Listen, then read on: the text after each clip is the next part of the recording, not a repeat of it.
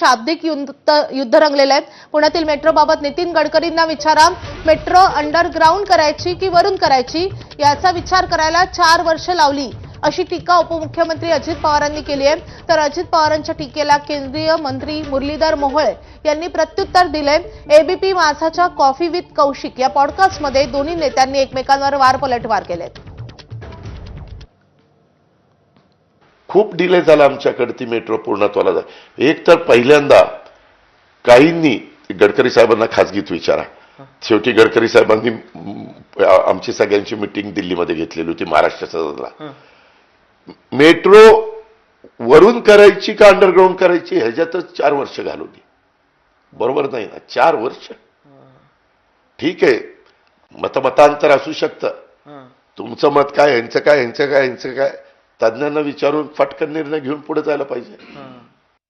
Metro कधी सुरुवात झाली, दिल्लीत मेट्रो कधी आली, गल्लीपासून दिल्ली तुम्हीच होतात, दिल्लीतली मेट्रो कधी आली, आज देशातल्या इतर प्रमुख शहरामध्ये मेट्रो कधी सुरू झाली, मोदीजी आल्यानंतरच पुण्यात मेट्रो आली, देवेंद्रजी मुख्यमंत्री झाल्यानंतरच पुण्यात मेट्रो आली, तुम्ही होतात ना, तुम्ही राज्यात होतात, महापालिकेत, केंद्रात, सगळीकडे तुम्हीच होतात, पण ते स्वप्न पुणेकरांचं पूर्ण झालं राज्यात आणि देशात आणि महापालिकेत सत्ता आल्यानंतर झालं, हे पुणेकरांना चांगलं माहिती आहे। त्यामुळे असं काहीतरी बोललं किंवा असं काहीतरी व्यक्ती मला वाटतं पुणेकरांना ते काही कुणालाच पटणार नाही, त्यामुळे असं काही बोललं ते काही फरक पडत नाही।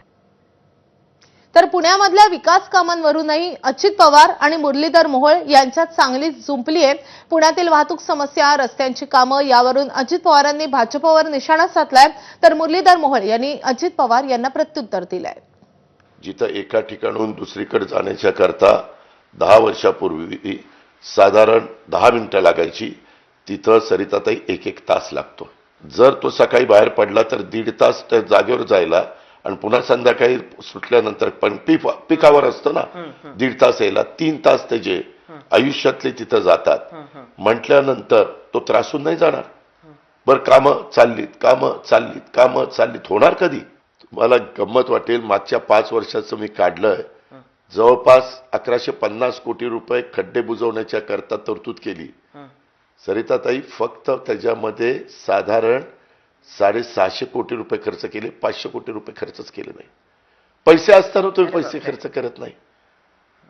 1.25 लाख कोटी रुपये इथल्या डेव्हलपमेंटच्या करता खर्च करण्याचं प्रोव्हिजन केली, मग 1.25 लाख कोटी गेले कुठं? आज मला असं वाटतं की तुम्हाला 5 वर्षात आम्ही केलेल्या कामाचा प्रॉब्लेम वाटतो किंवा तुम्हाला अकार्यक्षम वाटतो, मुद्दा तो नाहीये। तुम्ही 15-20 वर्ष या पुण्याचे पालकमंत्री किंवा पुण्याचे तुम्ही कारभारी होतात, तुम्ही पुण्याच्या भविष्याचा विचार काहीच केला नाही। वाहतुकीचा प्रश्न कालच्या 2-4 वर्षात नाही झाला। पुणे वाढणार आहे, लोकसंख्या वाढणार आहे, नागरिकीकरण वाढणार आहे, पुण्याच्या मूलभूत या ज्या काही प्रश्न आहेत, या प्रश्न हे ते वाढणार आहेत, हा विचार तुम्ही सत्ताधारी असताना नाही आला तुम्हाला। आम्ही 5च वर्ष काम केलंय। तर पुण्यामध्ये भाजप आणि अजित पवारांची राष्ट्रवादी आमने सामने लढतीये। पुण्यात अजित पवार आणि केंद्रीय राज्यमंत्री मुरलीधर मोहोळ यांच्या शाब्दिक युद्ध रंगतंय। गुन्हेगारी पार्श्वभूमीच्या लोकांना तिकीट देण्यावरून अजित पवारांवर सुरू असलेल्या टीकेला आता मुरलीधर मोहोळ यांनी प्रत्युत्तर दिले। अजित पवारांचं असं म्हणणं आहे की आपण कधीही गुन्हेगारीला पाठिंबा दिला नाही, तसंच आपल्यावर आरोप करणाऱ्यांनी स्वतः कुणाकुणाला उमेदवारी दिली ते तपासावं। त्यांचा रोख अर्थातच भाजपच्या मुरलीधर मोहोळांकडे होता, त्यावर गुंड निलेश घायवळला पळून जाण्याबाबत आपण मदत केल्याचा आरोप अजित पवारांनी सिद्ध करावा, राजकारण सोडू असं प्रतिआव्हान मोहोळ यांनी दिलंय।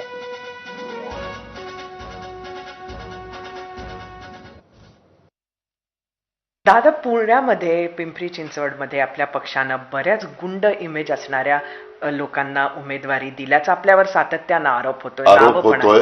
आरोप करणाऱ्यांनी स्वतःची पण यादी तपासावी, आपण स्वतः काय केलं हेही बघावं आणि अंतर्मुख होऊन बघितल्यानंतर त्यांनाही कळेल आपण काय केलंय। आणि तुम्ही जर बघितलं त्याच्यामध्ये मी कुणाला तिथं उमेदवारी दिली नाही। उद्याच्याला जे आमचे मित्रपक्ष आहेत त्यांना उमेदवारी दिलेल्यांनी शेवटी तिथं फॉर्म देऊन ते मोकळे झाले आणि तिथं त्या पद्धतीनं चित्र झालेलं आहे। पण एकंदरीतच तिथले प्रभाग आणि तिथल्या वॉर्डात माझ्या माहितीप्रमाणे हे कुणी स्वच्छ प्रतिमेच्याच लोकांना उमेदवारी दिली गेली पाहिजे ह्याबद्दल दुमत असण्याचं काही कारण नाही.